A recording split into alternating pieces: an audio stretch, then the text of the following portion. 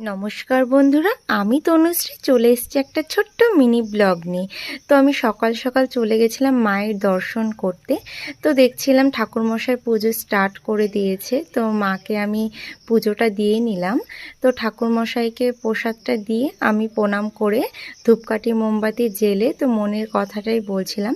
অনেক দিনের ইচ্ছে ছিল যে এই মাকে পুজো করতে আসব। এটা হচ্ছে আনন্দময়ী তলা। তো বেশ ভালো লাগছিল। তো এখানটায় মন্দিরটা একটু ঘুরে ঠাকুরকে প্রণাম করে নিলাম। তো বেশ সুন্দর লাগছিল, মনটাও ভালো হয়ে গেল। তো আমি হচ্ছে ঠাকুরকে মনের কথাগুলো জানিয়ে তারপরে আবার চলে গেছিলাম মহাদেবের দর্শন করতে।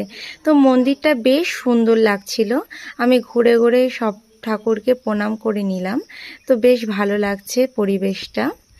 এই আনন্দময়ী তলায় এসে মনটা খুব ভালো হয়ে গেল। আর ঠাকুরের দর্শন পেলে কার না ভালো লাগে বলো। আর অনেক দিনের মানত ছিল আমার, আর ইচ্ছেটাও পূরণ হয়ে গেছে যেহেতু। তো অনেক দিন ধরেই ভাবছিলাম যে এই মাকে পুজো দিতে আসবো, তো হয়ে উঠছিল না। তো হুট করে মনে হলো যে আজকেই চলে যাই। তো তার জন্য আমি চলে গেছিলাম, তো আমার একটা ফ্রেন্ডের সঙ্গে। তো বেশ ভালো লাগছিল। তারপরে আমি মোমবাতিটা এক জায়গায় রেখে দিলাম মাকে পুজোটা দিয়ে। তো দেখো কিছু ক্লিপও নিয়ে নিয়েছি। তারপরে এখানটা কিছু ঠাকুমা ছিল, তাদের প্রসাদ দিয়ে দিচ্ছিলাম।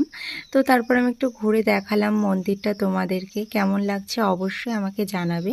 তো তারপরে আমি বাড়ি ফেরার উদ্দেশ্যে বেরিয়ে পড়েছি। তো আমার হয়ে গেছে পুজো দেওয়া। তো আমি এখান থেকে বেরিয়ে পড়েছিলাম কিছু খাওয়ার উদ্দেশ্যে। তো চলে গেছিলাম হাই স্ট্রিটে একটা ডালপুরির দোকানে। ওখান থেকে ডালপুরি নিয়ে নিলাম। আজকের মতন ভিডিওটা আমার এইটুকুনি বন্ধুরা। তোমাদের যদি আমার ভিডিও ভালো লাগে অবশ্যই লাইক কমেন্ট শেয়ার করতে একদম ভুলবে না। আজকের মতন এইটুকুনি, বাই বাই।